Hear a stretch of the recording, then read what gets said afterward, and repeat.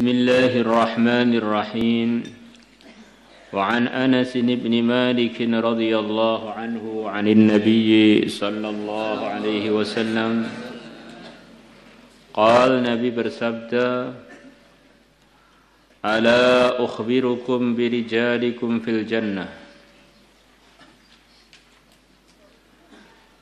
Maukah aku beritahukan kalian dengan para laki-laki kalian yang dalam surga? Maukah kalian saya beritahu para laki-laki yang masuk surga? Qulna, kami mengatakan bala iya ya Rasulullah, wahai Rasulullah sallallahu alaihi wasallam.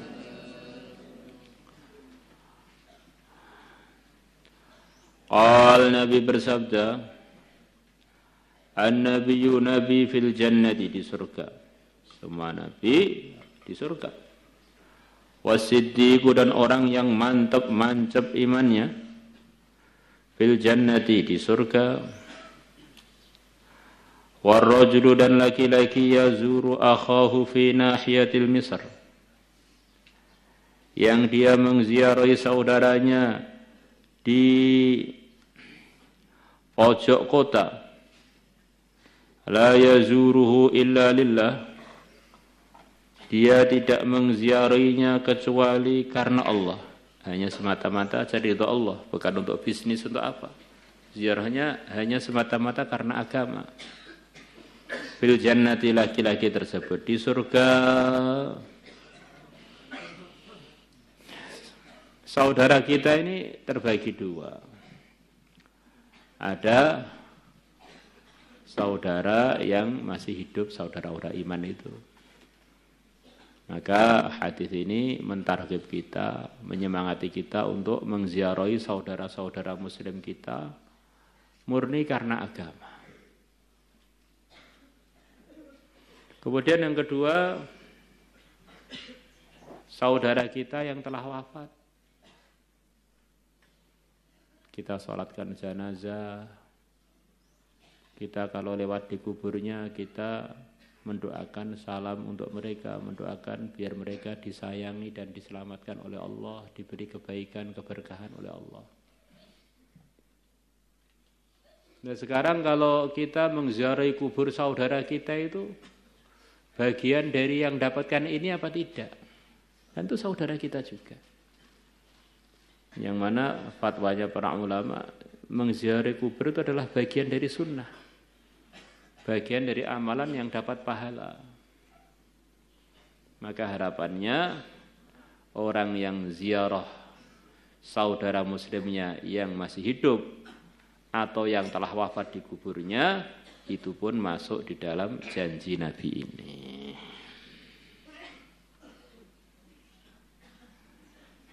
Maka yang mulia Nabi besar Muhammad sallallahu alaihi wasallam,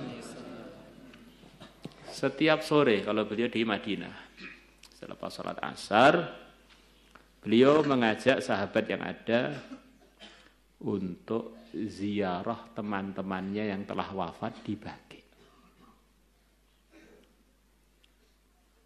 Mengziarahi saudara-saudara muslim yang telah wafat. Yang mana dalam setiap amalan agama itu ada kekhususan yang tidak bisa diwakilkan oleh amalan yang lain. Dalam sholat ada kekhususan yang tidak bisa diwakilkan dalam sedekah. Dalam sedekah ada kekhususan yang tidak bisa diwakilkan di dalam puasa. Puasa ada kekhususan yang tidak ada yang bisa diwakilkan dalam haji.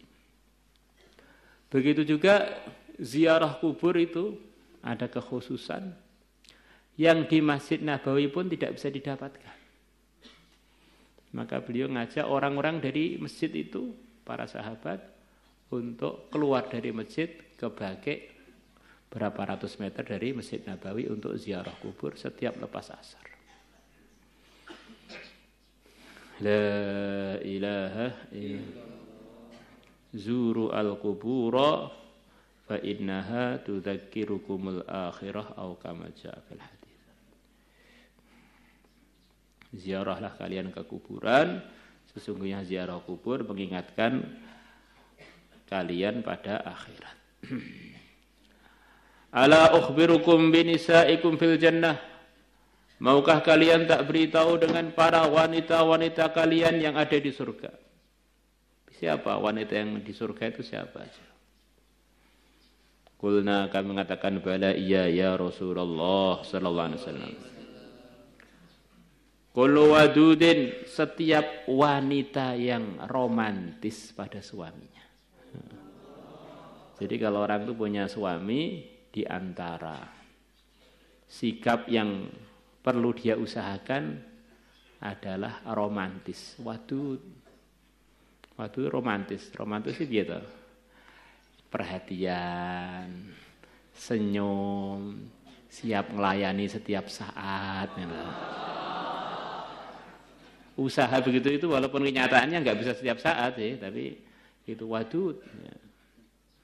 Bukan istri yang frigid, yang nggak semangat, lari-lari ketika suaminya perlu, malah minggat dari rumah, itu ahli-ahli neraka itu.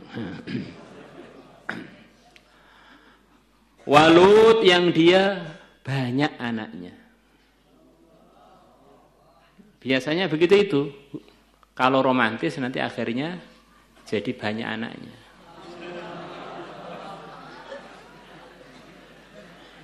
Karena itu menyebabkan bersyukur. La in syakartum la azidannakum. Suaminya semangat, istrinya semangat.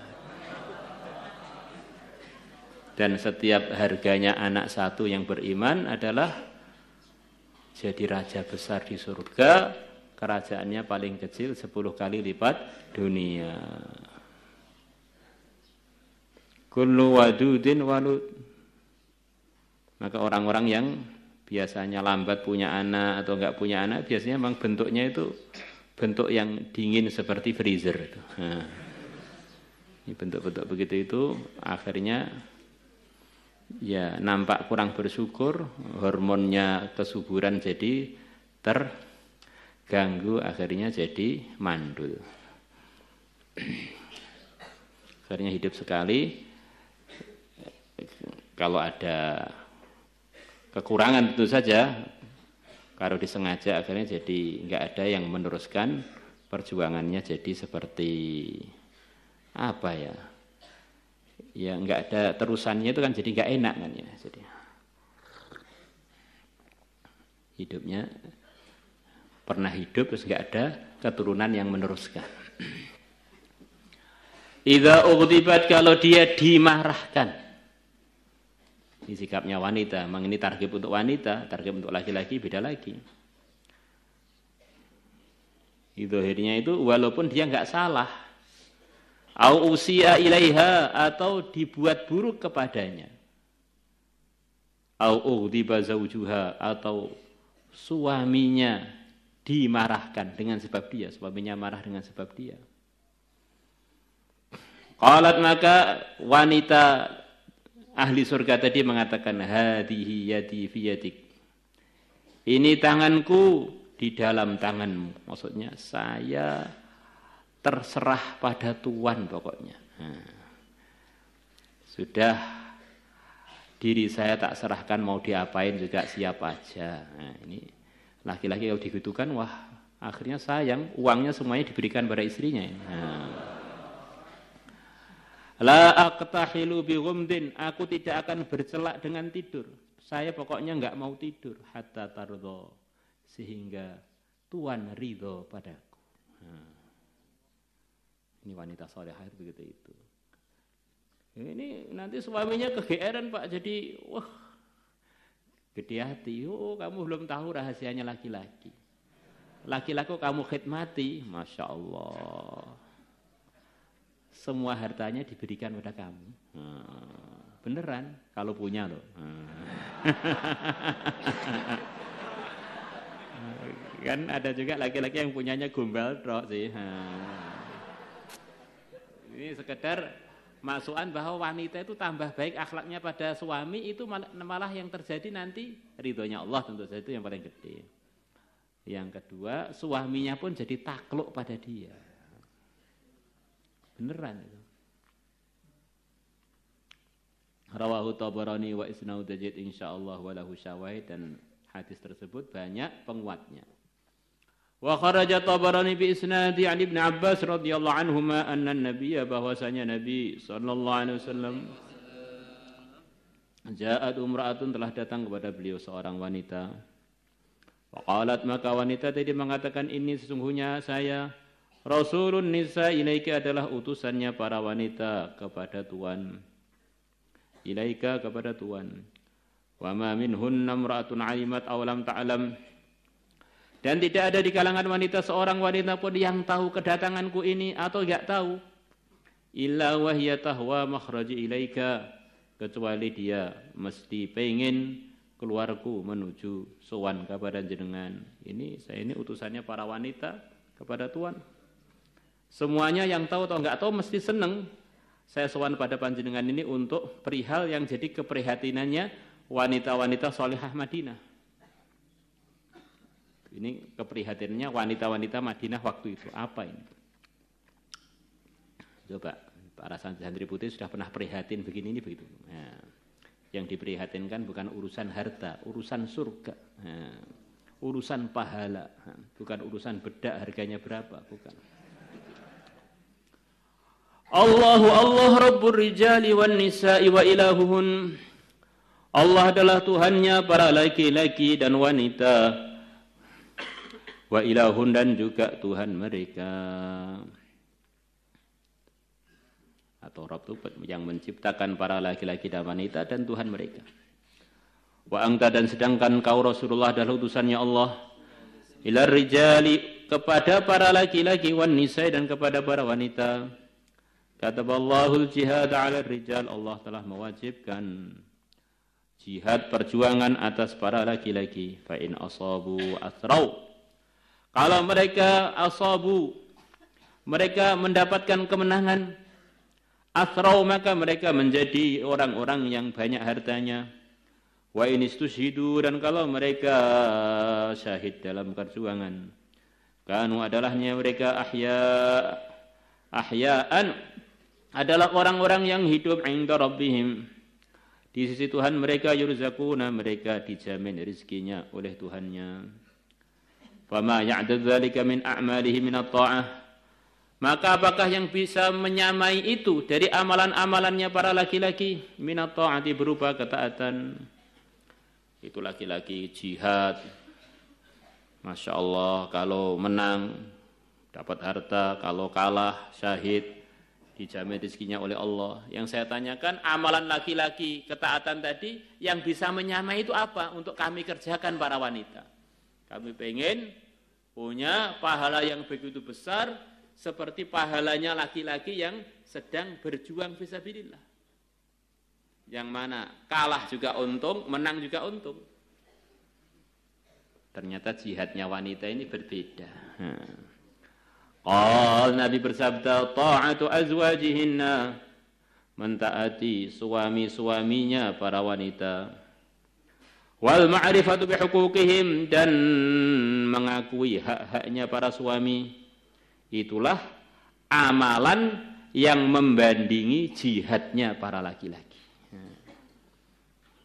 Tentu saja dalam urusan yang diridhai Allah. Mentaati suami dan mengakui haknya suami. Wa qalilum minkunna may yaf'aluh, dan sedikit banget dari kalian, kalau didahulukan ini sedikit banget maksudnya.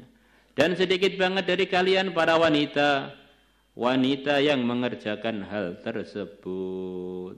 Jarang wanita yang mau taat pada suaminya dengan baik, dan jarang yang mengakui hak-haknya suaminya, sing eneng ngeyel. Ada seorang datang kepada Ibnu Abbas radhiyallahu anhu, "Wahai Ibnu Abbas, saya ini punya istri ngeyel, bagaimana?" "Syukurlah kepada Allah." Loh, punya istri kurang taat kok syukur, kenapa? Karena kita ini kan juga kurang sempurna menunaikan haknya pada istri. Tambah istri itu sholihah, nanti hisab kita tambah berat. Maka kalau istri ngeyel-ngeyel, Ngengkel-ngengkel itu ngurangi hisabnya laki-laki yang memang kurang menunaikan haknya istrinya. Kita ini sudah banyak kurang, istrinya kurang, nggak boleh nanti hisab kita jadi banyak, kata beliau. Kok bisa? Iya, itu firman Allah. Walahunna mithlul ladzi 'alaihinna bil ma'ruf. Wanita mempunyai hak yang harus ditunaikan oleh para suaminya sebagaimana wanita punya hak yang wajib mereka tunaikan kepada suaminya. Di ala itu kewajibannya para wanita, walahunna kewajibannya para laki-laki.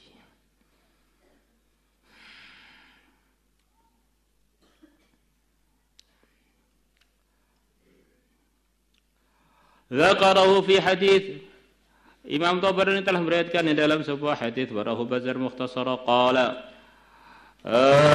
rawi yang dalam riwayatnya Bazzar mengatakan yaitu Ibnu Abbas, telah datang imra'atun seorang wanita ila Nabi kepada Nabi sallallahu alaihi wasallam. Faqalat, maka wanita tidak mengatakan, ya Rasulullah sallallahu alaihi wasallam, ana wafidatun nisa ilaik, sesungguhnya aku adalah utusannya para wanita kepada Tuhan. Hadal jihadu kataballahu 'alal rijal. Ini jihad, ini perjuangan Allah telah mewajibkannya kepada para laki-laki. Fa in usibu, maka kalau mereka dimenangkan, ujiru, maka mereka diberi keuntungan. Itu diantara artinya usibu. Ada juga yang artikan lain, wa in usibu, maka kalau mereka dilukai, ujiru, maka mereka diberi pahala. Biar sesuai dengan hadis yang di atas. Asoba di sini maksudnya asobu al-ghanimah, asrau. Wa in qutilu, dan kalau mereka dibunuh, kanu adalah adanya mereka ahya'an 'inda rabbihim yurzaqun, mereka adalah orang-orang yang hidup di sisi mereka, yurzaqun, mereka diberi rezeki.